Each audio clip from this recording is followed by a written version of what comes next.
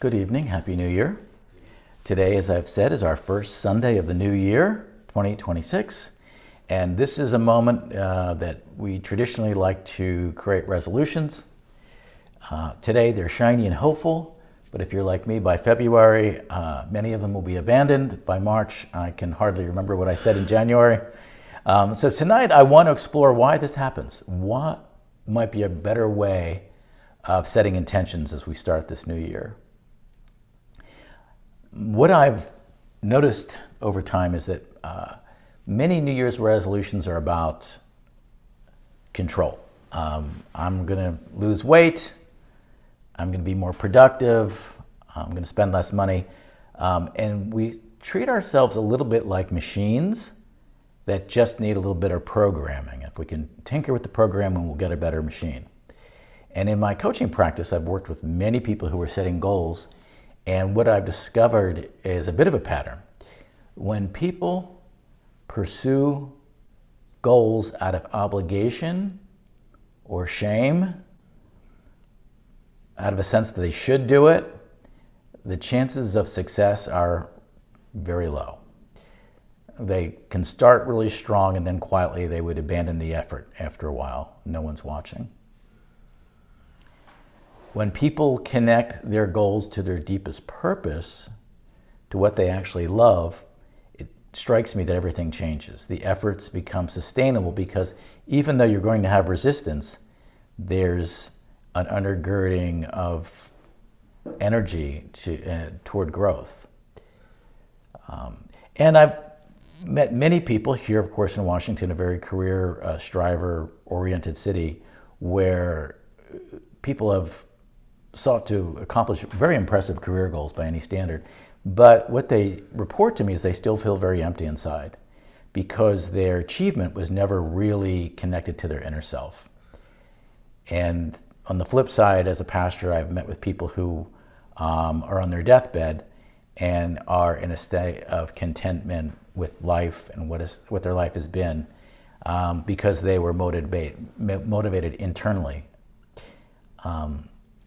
So if I would boil down, the difference would be that one group saying, what should I achieve? And the other says, who should I become? I think we want to focus on who should we become. And Jesus said it today in the text very simply. Wherever your treasure is, there your heart will be also. Your treasure is what you give yourself to. Particularly when no one's watching. It's where you spend your time. Where do you spend your money? What occupies your attention? And particularly when you're tired or afraid. So all of us become what we truly love.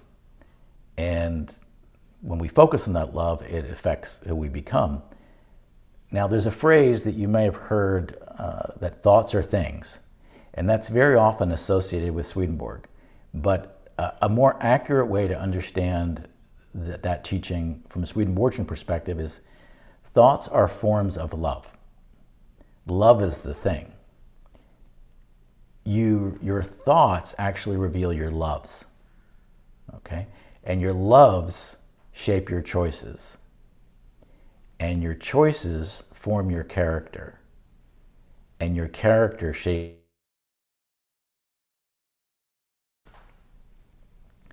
So it really does come down to a sense of motivation. People can do the same thing for different reasons. You can be focused on making more money, and that could be a love of power, status, control. It also could be a love of, I want to have my finances so that I can do good in the world. So you could have the same goal, but from very, very different reasons. Two people can spend their money on food. We all need food. But it could also be in the motivation. Is it an act of connection? I'm using the food to connect or meet my basic needs. Or is it for other reasons? I want to take a picture of every piece of food that I have and show everybody where I ate so you all know that I'm really cool. So the accumulation of this makes a life. And spiritual formation is not something that happens later, something that happens at death. It's happening right now. It happens in our ordinary moments. It's because every choice that we make is a brick in the architecture of our soul. So if you're like me, and I mentioned at the beginning, and you're thinking, okay, it's a new year and I've made promises before and I didn't keep them. So why should I even set goals at this time of year? Why even think about resolutions? And what I would like you to do is that to look back on yourself and the resolutions you've set in the past that you feel like, well, I haven't accomplished them. And Swedenborg describes time less as linear in a line, but more of a spiral. So we're going around this spiral, and we come back to a lot of the same challenges at different times in our life, but hopefully at a little higher level in the spiral. So we can face the same challenges over and over again, and it doesn't make us a disaster because we're still facing those same challenges. But the question is, am I more spiritually evolved in dealing with it? Have I moved up the spiral? You'll notice in the teachings of Jesus, he never talks about change being like a one-time achievement. Love your enemies is something that goes on and on. Forgive 70 times 7.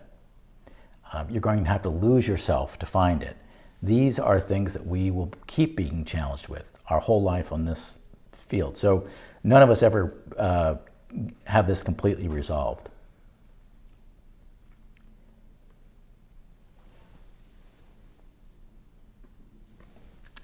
So there are ways of being that we can practice again and again and again, each time getting higher in the spiral. And then the challenges that we face, if we, instead of looking at them like, ugh, I'm still facing these darn challenges, we can actually look at those as the building blocks of our spiritual development. They're the means to get to it. We're growing spiritually because of it. So what actually does work when it comes to change? As you're looking at 2026, you can ask yourself, who do I want to become this year? What kind of person am I seeking to be? And what are the challenges that I keep facing? What are they forming? How am I learning from them? Because there will be challenges. They don't go away. So resolutions that are rooted in a love to endure because they arise from who you truly are much more successful. Instead of saying, I'll lose 30 pounds, you can ask, who do I become if I lose 30 pounds? What can I do with that health that I might achieve through it, or the freedom, or the clarity? How does that becoming 30 pounds less make me a different person for the good? What's the motivation? If we can look at it that way, we can have, we're more likely to succeed as we look at it from a spiritual perspective. We're taught that we can't be reformed without freedom. And so when we do things out of obligation, they often feel external to us, okay? But if we do it freely, and that's the key, if you're making this, I'm going to create this goal, and you're really doing it freely from your own thought, from your own love, it becomes a part of your life. And it becomes resolutions fail. They operate from outside pressure, but love-based intentions succeed because they arise from within. I got to see this principle come alive a little bit yesterday. Our new spiritual entrepreneur fellow, Kelly Crouch, hosted a day-long retreat here at Swedenborg House. And just that is a pretty amazing accomplishment that we, a year ago, had no place in the new year to worship. And we imagined we would create a space where younger people could grow in their spiritual life and come together.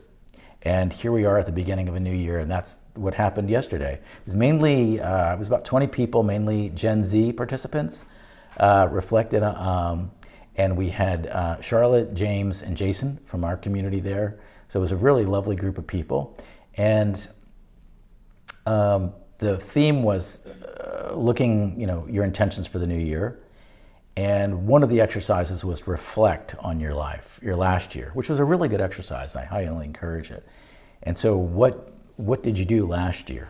What was important last year? And I did the exercise, but what I also did is I wrote down what I did, but I also wrote down what loves were driving it. Like, what did I love about, why did I do it? What was underneath it?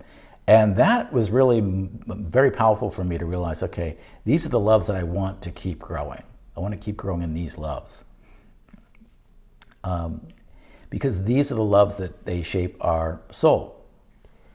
So it was really a lovely event.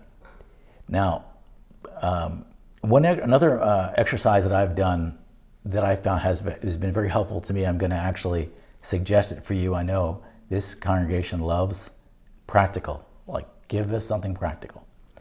And I'm going to give you a practice that you could do. It will take you about 20 minutes, but I think it could really impact your next year. And as I say, it's been something I've been doing, and I want you to write a letter to yourself dated January 2027, okay? And we'll put also these instructions in the newsletter. So in that letter, I want you to congratulate yourself on what you accomplished in 2026. And I want you to be very specific: what relationships deepened, what habits took root, which ones did you get rid of, what did you create or complete, what did you let go of. And you can write about what were the loves that are guided you in 2026.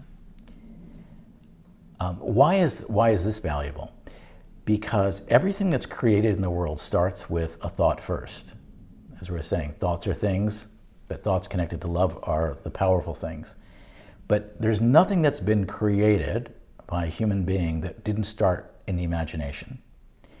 And what I've discovered is many times I limit myself because I fail to imagine what I want to achieve. And so by writing it out, and I'm going to invite you to email it to me. I won't read it, but I'll send it back to you in a year.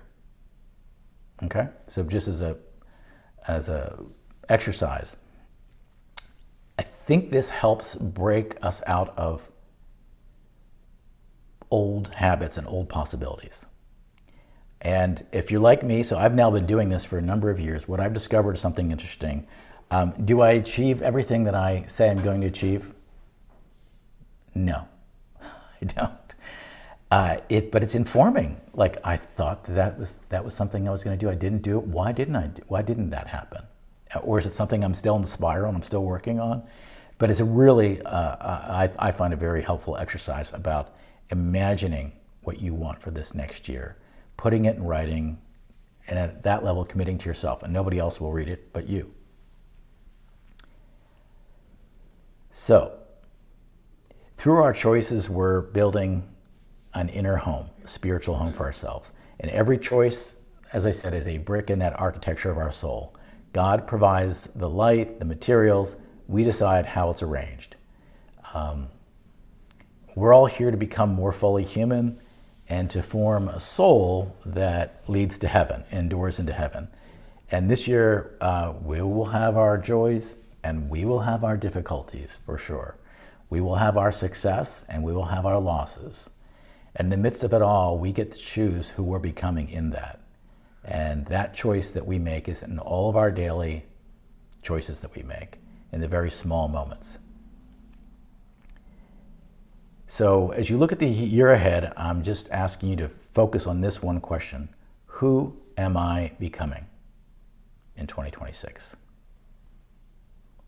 Amen.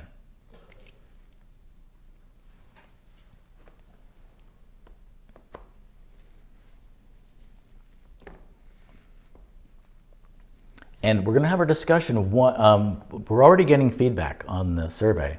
And one of the really good bits of, suggested bits of feedback in the survey was, let's type our questions into the chat so other people can see them, and we can manage that way. We're not going to do that this week. We can start that next week, but I just wanted to plant that seed as a way. I think that's a great idea for chat. It will be, for the people here in the room, obviously they'll be on mic. So any questions about that message today?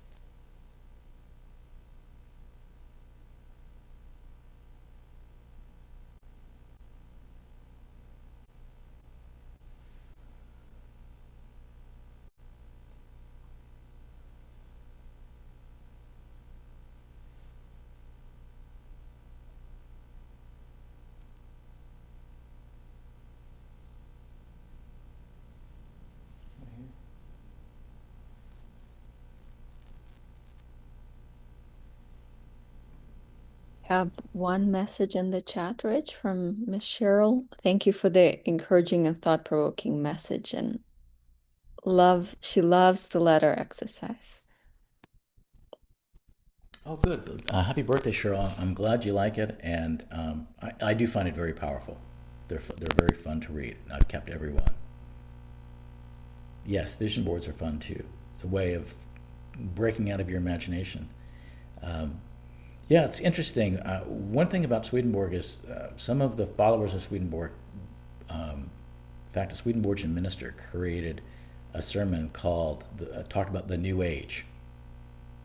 And he was talking about and the New Age was going to be where thoughts are things and the power of ideas. That became the phrase that when you hear the New Age, that actually started from a Swedenborgian minister. And one of the things they tapped into was that your thoughts are things, and that actually led to the Christian Science movement in Swedenborg, but they took it in a different direction, which is that we have agency. So a while back there was this program called The Secret, where you manifest things, and I know a lot of our members through the years have manifested things. I've talked about manifesting, but it falls short in the sense that we have agency. Like we can manifest. I want to do this, and then we have to do our part. We can't wait. That would probably be the difference in those two. Any other questions or thoughts?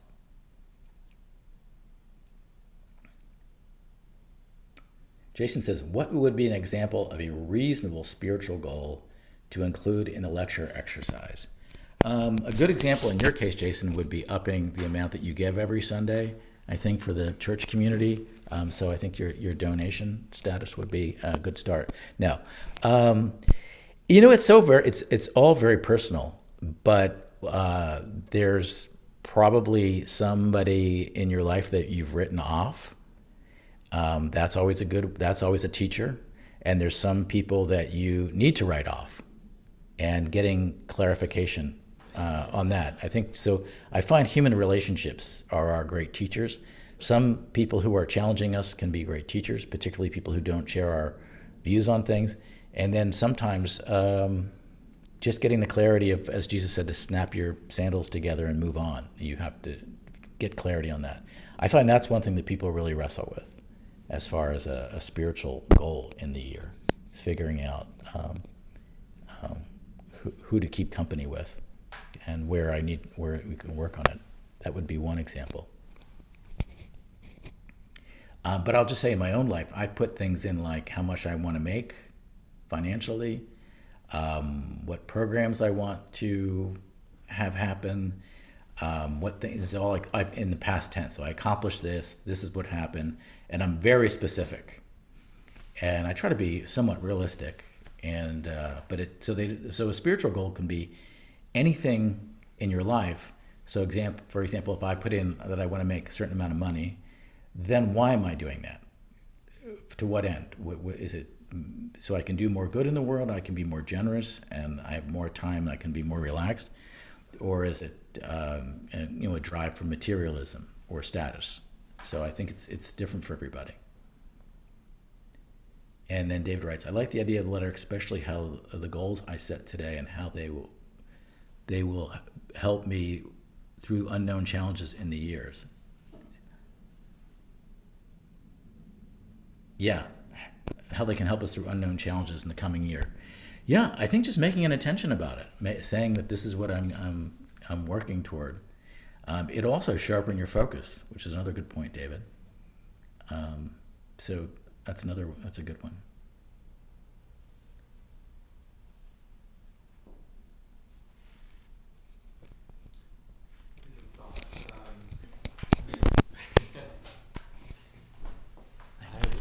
I remember a neuroscience study that said that you're less likely to accomplish a goal when you articulate it because you give yourself the reward of imagining you already have it. And so I like the angle from your sermon of instead articulating the love or the person that you hope to be, because it creates a lot more space for sort of, when I think of like the greatest successes of my last year, or like the happiness of my last year, were things that I couldn't have imagined, in God's grace and providence, and, the things that sort of roll down your way. But what was significant was the response to like what came rolling down, the hill, so to speak.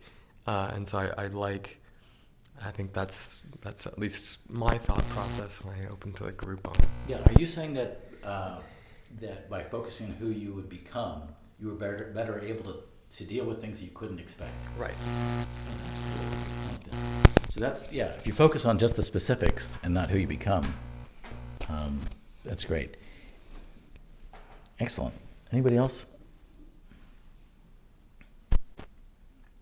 And people are already trying out the new write it into the chat thing, so that's cool.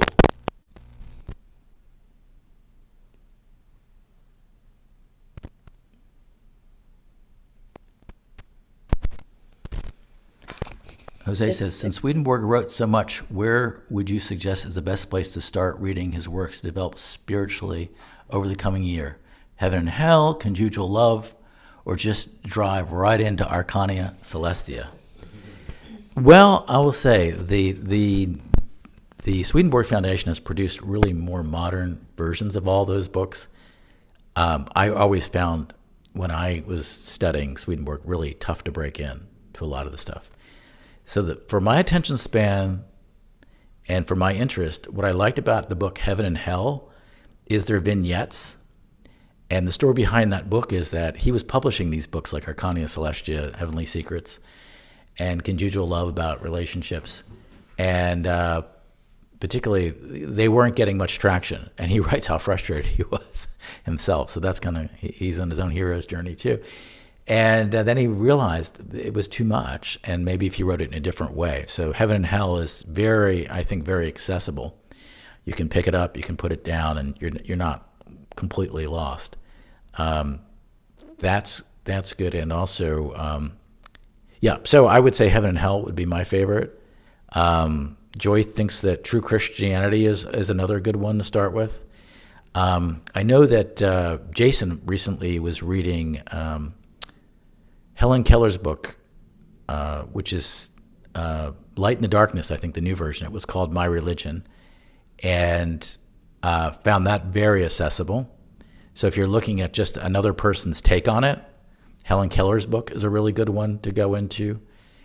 And there's another book, if you want somebody on the outside who's looking in at Swedenborg, Gary Lachman has a book called Introduction to Swedenborg, so it's not written from a Swedenborgian perspective, which he was one of the lead singers of Blondie, the group in the 80s, and he's now an expert on esoterica. And so he wrote a book on Swedenborg that's very accessible. And Sherry, thank you for adding The Presence of Other Worlds by William Van Dusen. I would say if there's one book that people who are not Swedenborgian tell me that brought them to Swedenborg was that book, written by a therapist, psychologist, who was managing essentially the psychologist at a prison population. And he started applying Swedenborg's teachings and that to the prisoners who were dealing with, mental illness. And he had amazing success with the inmates. And so that's That's a very good book, and that's what brought Sherry here. And I would say that is probably the most common for people who've never read it. So that's another really good one. And if we get a lot of interest in one of them, maybe we could do a book club on it this year and read through it during the week. That's one of the questions in the survey. If I see, some people said they want a Bible study, others a book. But if you wanted a book, we could do a book or a Bible study. And we have a book club going right now as well already. Good. So those would be my suggestions. But good for you, Jose. You have a great depth of reading, in which you've shared with me. So you could probably handle anything. That's a good goal. Keep reading. I'll say for me personally, I've got to get back to reading more. I'm a victim of the ADHD tech culture because I'm finding it harder to concentrate reading books. So I want to get back into reading books again. So I encourage us all to go back, read books. I think it's really good for the mind. Yeah, we just bought Anybody? a bunch of audiobooks for Swedenborg so we can listen on our commute. So if anyone's interested. Oh, cool. Yeah, maybe you could, if you could share with me which ones you're doing on your commute, we could put them in the newsletter too. And if anybody else has a favorite, we can put it into the newsletter. Good. Well, those are some good ways of developing your spirit. It's excellent. Anybody else with a question, comment, thought? Okay, we'll end this part of the service. Thank you for all that feedback and for those ideas. And we will end our discussion time.